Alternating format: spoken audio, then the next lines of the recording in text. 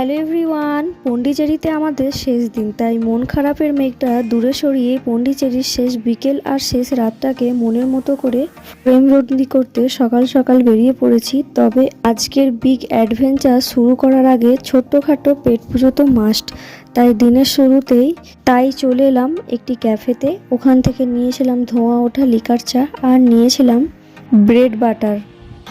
আজকে আমি ক্যামেরার উপরে থাকলেও আপনাদেরকে নিয়ে যাব পন্ডিচেরির এমন কিছু আনাচে কানাচে যা দেখলে চোখ জুড়ে যাবে। চোখ রাখুন একদম শেষ পর্যন্ত, কারণ আজকের সফরটা কিন্তু অসাধারণ হতে চলেছে। চলুন একসাথে শুরু করা যাক। দেখুন, কথা বলতে বলতে আমরা প্রায় বিচের কাছে এসেই পড়েছি। টিকিট কেটে আমরা ফাইনালি বিচের ভেতরে চলে এলাম। এই স্যান্ডউইচ বিচের চারপাশটা যদি আপনারা ভালো করে লক্ষ্য করেন, দেখবেন এখানে কিন্তু ঘুরে দেখার মতো, সময় কাটানোর মতো অনেক কিছু আছে। বিচের একদম কাছাকাছি বেশ কিছু বড় বড় লাক্সারিয়াস হোটেল আর রিসর্ট। আপনারা যারা পন্ডিচেরি আসার প্ল্যান করছেন তারা চাইলে এই বিচের সাইটের হোটেলগুলো আগে থেকেই বুক করে রাখতে পারেন। সকালের সাজ সমুদ্র দেখার জন্য একদম পারফেক্ট। এখানকার পরিবেশটা জাস্ট অসাধারণ। গত 2 দিন আমরা পন্ডিচেরির অনেকগুলো বিচে ঘুরেছি, কিন্তু এখানকার শান্ত পরিবেশ আর সাগরের এই রূপ সত্যিই মন কেড়ে নেয়।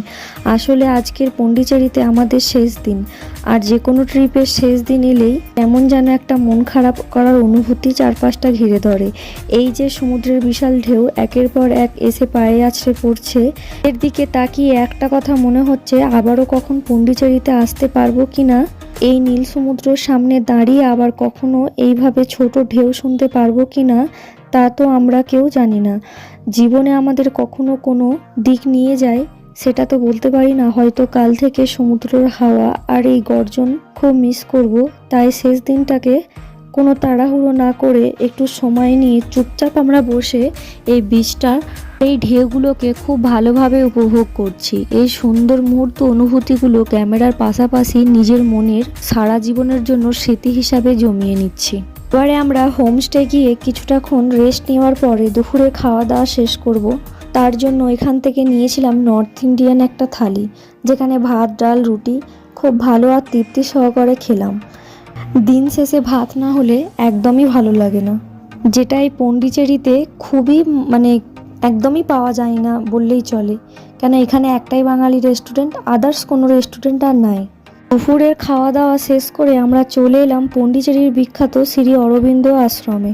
ব্রিটিশ আমলে ভারতের স্বাধীনতা আন্দোলনের সময় বিপ্লবী শ্রী অরবিন্দ এখানে এসে আশ্রয় নিয়েছিলেন এবং পরে এই আশ্রমটি গড়ে তোলেন। তাই ইতিহাসের এই জায়গাটা দেখার মতো, তাই খুব ইচ্ছা ছিল আমাদের দেখার। তবে ভিতরে কিন্তু কোনোভাবেই ভিডিও অ্যালাউ করে না, ফোনই অ্যালাউ করে না। তার জন্য আমি বাইরের কিছুটা দৃশ্য তোমাদেরকে দেখালাম। আমিও তাই মুখে ইতিহাসটা বলে আপনাদের বাইরের চারপাশটা, এখানকার সুন্দর দোকানগুলো ঘুরিয়ে ঘুরিয়ে দেখাচ্ছি। এটা একদম হোয়াইট টাউন বা ফ্রেঞ্চ কলোনির কাছেই আছে। এবারে আমরা যাব পন্ডিচেরির বিখ্যাত ফ্রেঞ্চ কলোনি বা হোয়াইট টাউনও বলতে পারো, যেটা খুবই আকর্ষণীয়। ইনস্টাগ্রাম বা রিলসে প্রচুর দেখেছি। আমি তোমাদেরকে সেটাই ঘুরিয়ে দেখাবো আর এর কিছুটা পেছনের ইতিহাস বলবো। এবারে আমরা চলে এসেছি পন্ডিচেরির সেই জায়গা যাকে এক কথায় বলা যায় এই শহরের আসল প্রাণ। হ্যাঁ, এখানে আছি বিখ্যাত হোয়াইট টাউন বা ফ্রেঞ্চ কলোনিতে। এখানে ঢোকার পর থেকে চারপাশটা চেনা জগৎটাই কেমন যেন লহময় বদলে গেল। আপনারা স্ক্রিনে যে সুন্দর সুন্দর রঙিন ঘরগুলো দেখছেন, কোনোটা মাস্টার্ড ইয়েলো, কোনোটা পিচ কালার, আবার কোনোটা একদম অফ হোয়াইট। এদের আর্কিটেকচার বা স্থাপিত শৈলী দেখলে বোঝা যায় এদের সাথে কত ইতিহাস জড়িয়ে আছে। একটু পেছনের ইতিহাসে ফিরলে জানা যায় 1674 সাল থেকে শুরু করে প্রায় 1954 সাল পর্যন্ত বেশি সময় ধরে পন্ডিচেরি ফরাসিদের বা ফ্রান্সদের অধীনে ছিল। আর হোয়াইট টাউন এলাকাটি মূলত ফরাসি অফিস এবং ইউরোপীয় থাকার জন্য আজকের এত বছর কেটে গেছে। ভারতের স্বাধীন হয়েছে, ফরাসিরা এদেশ ছেড়ে চলে গেছে বহু বছর আগে, কিন্তু তাদের রেখে যাওয়া এই ফ্রেঞ্চ কলোনিতে এখানকার সংস্কৃতি আর ইতিহাসের স্মৃতিগুলো আজও এই কলোনিতে আনাচে কানাচে প্রতিটি দেওয়ালে জীবন্ত হয়ে রয়ে গেছে। এখানকার চওড়া দেওয়াল, রাস্তা খুব সুন্দর পরিষ্কারভাবে এখানকার লোকাল লোকগুলো খুব ভালোভাবে যত্ন নিয়ে রেখেছে। ইন্টারনেটে যতই ছবি বা ভিডিও দেখি না কেন, নিজে এখানে না এলে ফ্রান্স কলোনির রাস্তার দিকে নিজে পায়ে হাঁটে না বেরোলে এই অনুভূতিটা কখনোই শেয়ার করা যেত না। এবারে আমরা লে পন্ডিচেরি নামে একটা সুন্দর শপিং মল, বেশ ইউনিক জিনিসপত্র এখানে আছে ঘুরে দেখার মতো। আমরা এখান থেকে কিছুটা ফটোশ্যুট করে চলে এলাম। পন্ডিচেরিতে এসে এখানকার ক্যাফে বা কালচার ট্রাই করব না তা তো কখনোই হতে পারে না। তাই আমরা ঢুকে পড়লাম এখানের সব থেকে ফেমাস এবং লাক্সারিস ক্যাফে কোরমন্ডল ক্যাফেতে। এর ভিতরের অ্যাম্বিয়েন্সটা জাস্ট অসাধারণ ছিল।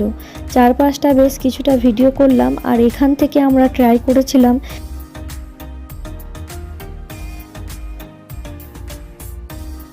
একদম এখানকার ফেমাস একটা রেসিপি চিংড়ি মাছের, যা দেখতেই সুন্দর, খেতেও কিন্তু জাস্ট অসাধারণ ছিল। দেখতে দেখতে সন্ধে গড়িয়ে রাত হলো আর ফ্রান্স কলোনিটা যে কত মায়াবী লাগছিল তা স্ক্রিনে দেখতেই পাচ্ছেন।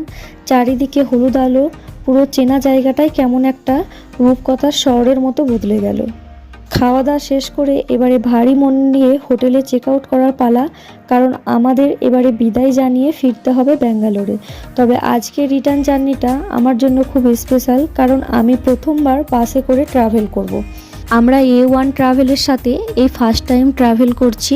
আমাদের ছিল 10:30টার সময় বাস, ঠিকঠাক টাইমে বাসও দিয়ে দিয়েছে। বাসের ভিতরটা দেখুন কত সুন্দর এবং লাক্সারিস আর খুব কমফোর্টেবল সিট। দেখে খুব ভালো লাগলো যে 7-8 ঘন্টার মতো জার্নি করব, কিন্তু কোনোভাবেই অসুবিধা হবে না।